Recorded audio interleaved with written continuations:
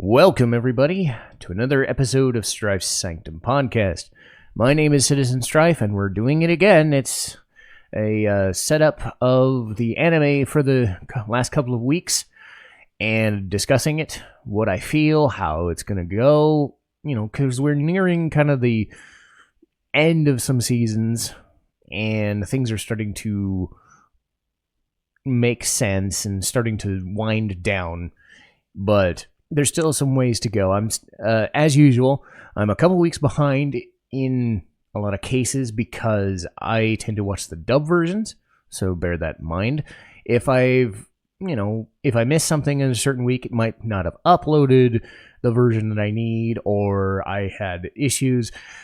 Case in point, my voice might still be a little iffy. This is like the best day I've felt for a couple of weeks due to a sinus infection, so if my voice feels kind of just bear that in mind. So, just all around, I stuck with watching anime, but I might be in a mood. Yeah, you can hear it. I'm gonna do my best, but I'm gonna record regardless. So, I've still got all the shows that I've been watching, other than the ones that I dumped. We'll start with Apothecary Diaries. And the last couple of episodes, I watched the last one like tail end of last night, the Shrine of Choosing. But I want to go to the other episode from last week first, the Intrigue at the Crystal Pavilion, because that kind of ties into something that they were doing earlier in the season with scents and stuff. And bear in mind, spoilers for the entire episode, by the way. So if you haven't seen these shows, bear that in mind. It's a spoiler. But, man, I always like it when Mao Mao goes to different parts of the palace and deals with different people, because it's been, confirmed that she's Gyokyo's lady-in-waiting and poison tester, and she's always around Jinshi and stuff. But I like it when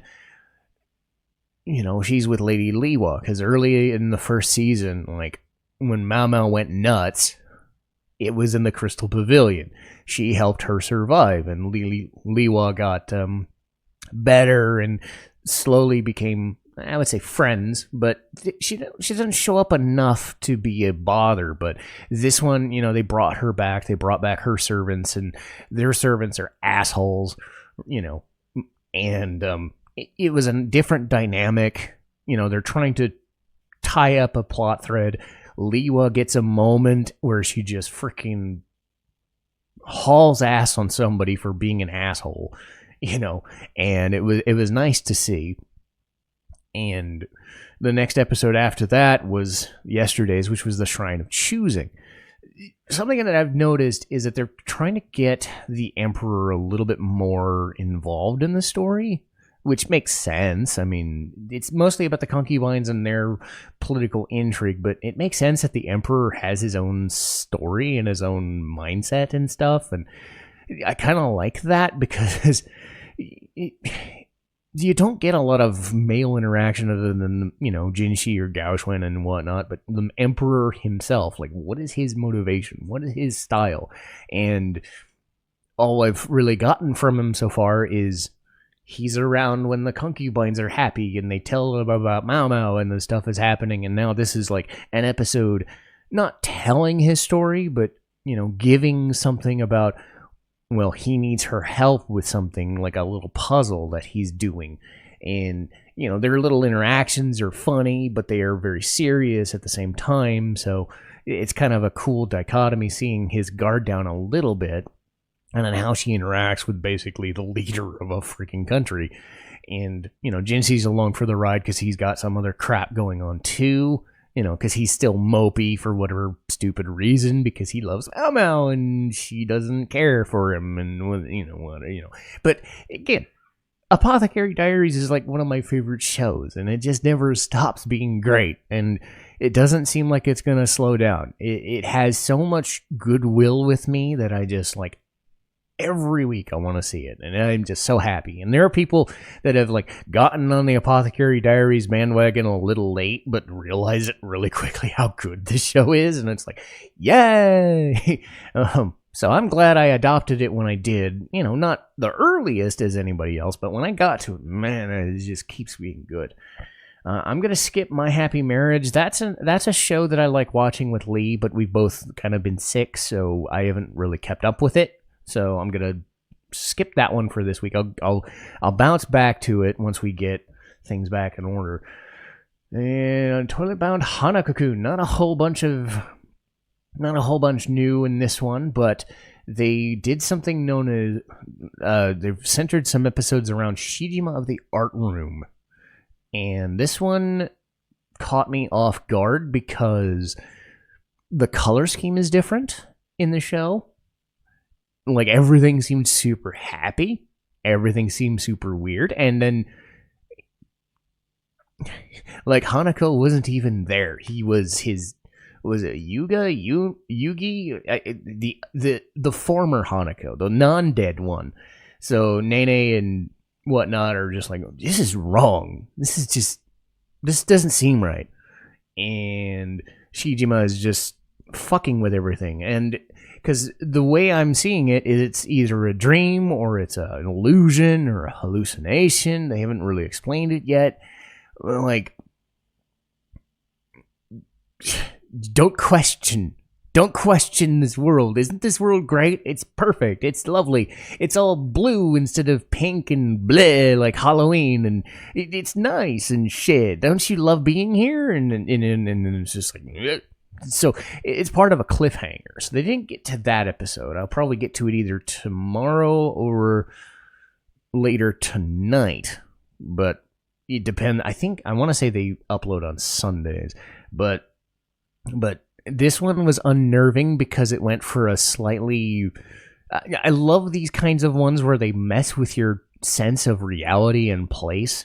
And more often than not, when they fix the illusions, they fix them. And it's like, but illusions work great in a show like this. Being in a dream state, being in an illusion, being in a mirror, being in a whatever, and seeing what could be and losing yourself. It's kind of the Matrix philosophy, the red pill or the blue pill. Do you just accept it or do you not? And, this show's good at messing with things like that. Zenshu. Oh my god, this show is so fucking good. These last couple of episodes this week were about kind of setting up the idea that Natsuko's director lady has been fucking with fate. And her story is what she's trying to do. Natsuko has come in and is overwritten and analyzed everything and changed it. So she's being warned, you can't change fate, you can't mess with it, stop fucking with it.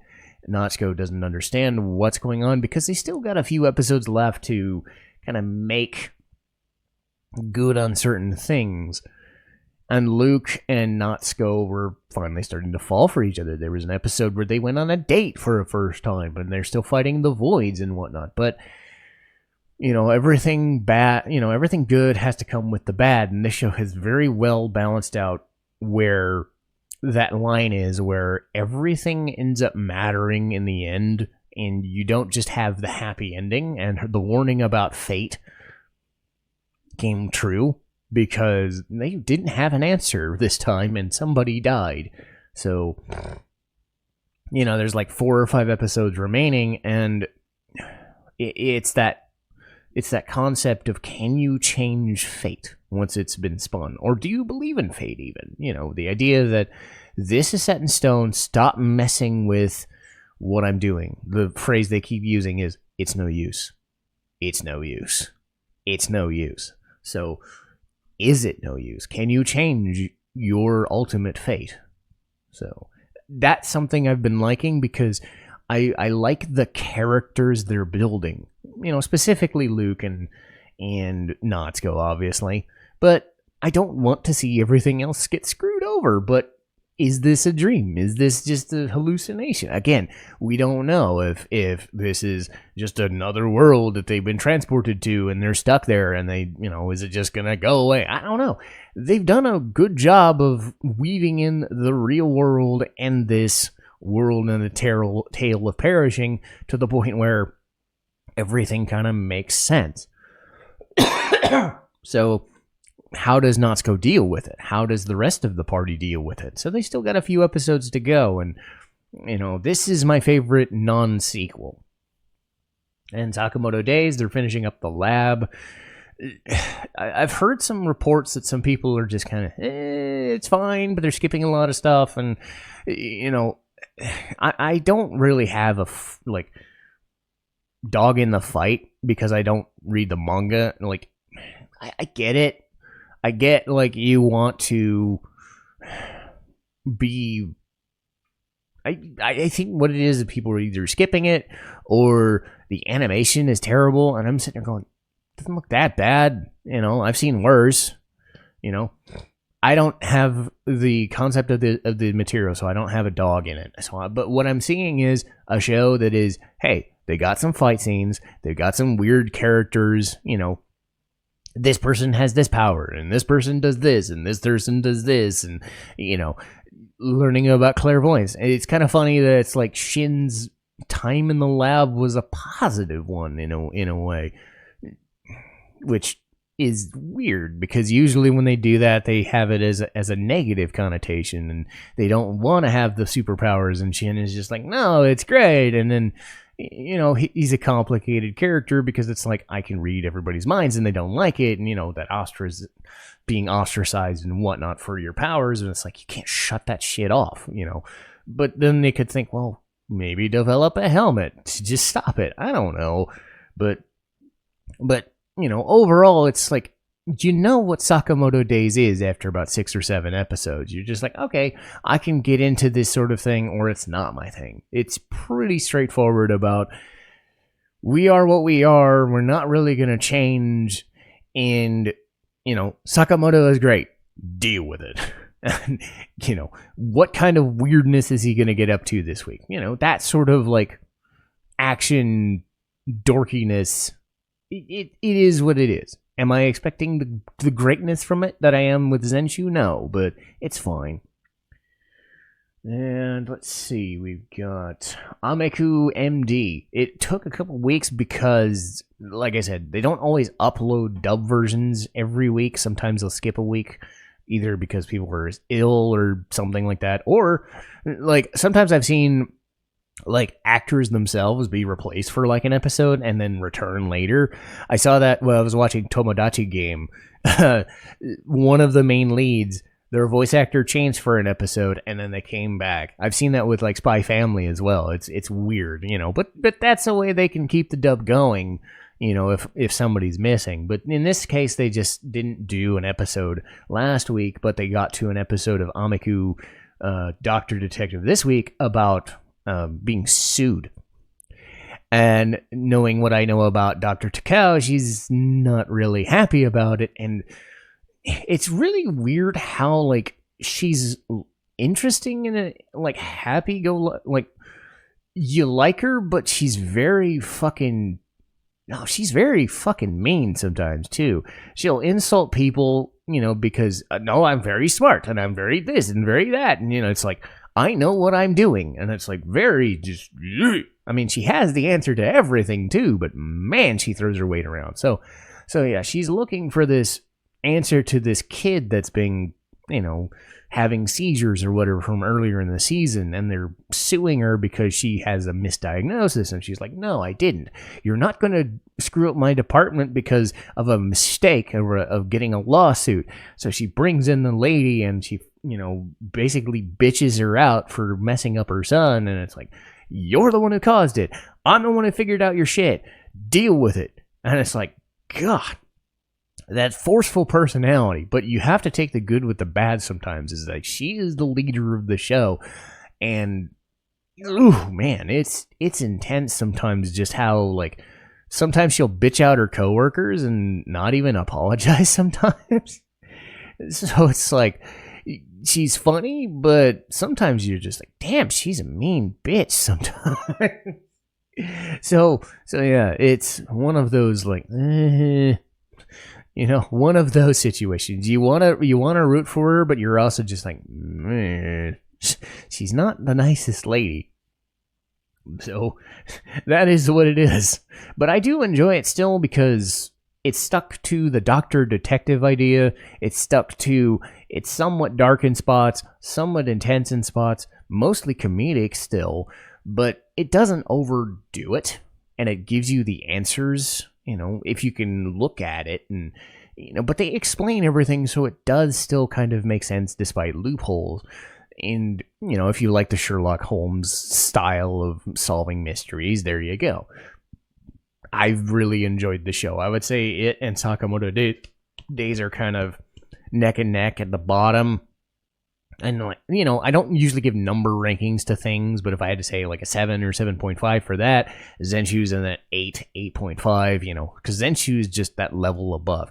It very subtle for me sometimes, like the differences, because it's all thought process, it's all feels, it's all gut feeling, because I don't want to give numbers, I don't like giving ratings, I don't like giving stars. I think you can explain how a thing affects you and how you review a thing without boiling it down to some weird objective number, which honestly is never possible. You can't ascribe an objective number to a subjective medium. You can feel something more. And I would say I feel more for Apothecary, Diaries, and Toilet Bound Hanako-kun and Zenshu than I would Sakamoto Days and then Ameku. But I do love them to the point where I do love watching them. That's just why they've stuck around while others have fallen off, like I did in the earlier reviews. But that'll do it for this set of recordings. And we got, I got to record the Machine episode because I was sick last week and couldn't do it. So I'll do that in a minute. But we've got another set of stuff. So just checking the other reviews, the main reviews now. We've got March 29th is Dragon Quest III. Now that I just finished. April 12th is Inspector, talking about mystery shows or mystery anime. April 26th, Final Fantasy IX. I could review that in my sleep. And then May 10th is going to be the first Mega Man review. And I believe, I'll have to check again, but I'm going with Mega Man 3. So I'll have to check and see which Mega Man stuff I've already done, but I believe I'm up to Mega Man 3 and Mega Man X4 this year. So that'll be those two reviews for this season. But I'll call it here for today. I'll get the Machine review done as well after this. So I'll see you next time. Citizen Strife, signing off.